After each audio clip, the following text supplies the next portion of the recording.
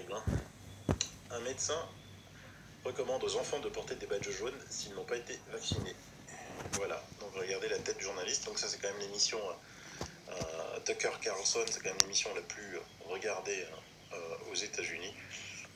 Le journaliste est complètement horrifié. Il a reçu un médecin et un contributeur qui ont suggéré que les enfants devraient porter des badges jaunes, portant la phrase No hugs please, c'est-à-dire pas de câlin.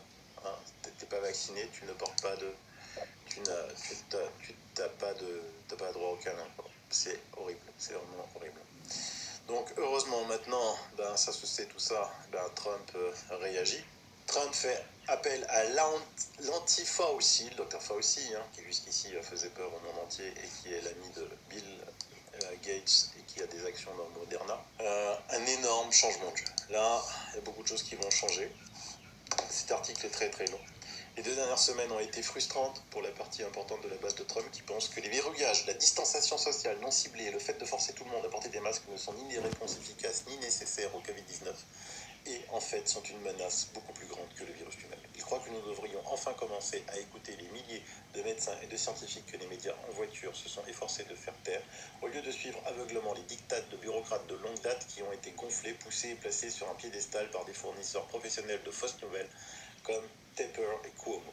De nombreux partisans les plus fervents du président sont d'accord avec Tucker Carlson pour dire que les mesures les plus médiatisées par Jerry Nadler et ses collègues démocrates ainsi que l'état de panique implacable que les ennemis du président dans la presse ont créé ne contredisent pas simplement les données. Ils pensent que nous assistons à une tentative délibérée de créer un climat de peur et d'infliger une misère maximale au peuple américain pour donner à Biden une chance de battre Trump en novembre. Ainsi, beaucoup de gens du coin du président n'auraient pas pu être plus heureux lorsqu'il a annoncé deux des plus gros mensonges des médias sur le Covid-19 lors de la conférence de presse de la semaine dernière. Mais mis à part ces références impeccables, le docteur Atlas, donc celui qui remplace Fauci, est l'un des milliers d'experts médicaux que les démocrates et leurs facilitateurs médiatiques ne veulent pas que vous sachiez, qui ont essayé de mettre un terme à la réponse suicidaire et anti-scientifique à lesquelles Covid-19 ils nous ont trompés pour nous suivre. Le 22 avril dernier, le docteur Atlas a écrit un éditorial dans The Hill, le journal, là, dont le titre n'aurait pas pu être plus clair. Les données sont en baisse, arrêtez la panique et mettez fin à l'isolement total. Il a expliqué 5 faits sur le Covid qui étaient déjà apparents à partir des données. Donc le fait 1, l'écrasante majorité des personnes n'ont aucun risque significatif de mourir du Covid. Fait 2, protéger les personnes âgées à risque élimine la surpopulation des hôpitaux. Fait 3, l'immunité vitale de troupeau, c'est-à-dire de masse, est en fait évitée par des politiques d'isolement total prolongeant ainsi le problème. Donc là, il est anti-confinement, anti-masque. Fait 4, des personnes meurent de se voir refuser d'autres soins médicaux en raison d'hypothétiques projections de décès liés au Covid-19 qui se sont avérées être, je traduis, des ordures. Donc ça, c'est ce qu'on dit depuis longtemps. Le confinement a tué des gens indirectement parce qu'ils n'ont plus eu accès aux soins. Fait 5, nous avons une population à risque clairement définie qui peut être protégée par des mesures ciblées.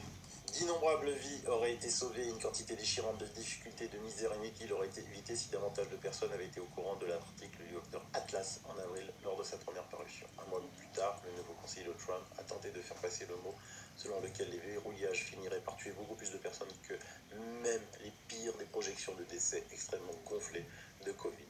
C'est une mesure de la façon dont le leadership criminel du docteur Fauci était qu'il n'a jamais considéré combien de vies seraient perdues en raison de procédures médicales annulées et des effets désastreux bien établis de graves ralentissements économiques sur la durée de vie. Sans parler du nombre d'Américains déjà en difficulté qui se suicideraient ou prendraient une surdose de médicaments parce que l'isolement et la ruine économique qui leur infligeaient étaient trop lourds à supporter. Vous voyez, c'est tout ce que je dis dans mes émissions. On va traiter de complotistes la moitié de la Terre et les autres, c'est les sachants. Mais oui, mais bon, la vérité, elle est très forte. Un article, alors je suis pas abonné donc j'arrive pas à le lire, pour ceux qui sont abonnés aux Parisiens. Les vacances gonflent-elles le nombre des cas à Paris? La méthode utilisée pour recenser les tests positifs en France pourrait provoquer une hausse artificielle du nombre de cas positifs en Ile-de-France et notamment à Paris, selon Santé publique France et certaines explications. Donc un ami abonné qui qui a lu l'article, dit bonjour Sylvano, voici une info qui me paraît importante sur la manipulation des chiffres pour faire croire à une hausse en Ile-de-France. Tout est dit dans l'article du Parisien. Oui, le Parisien.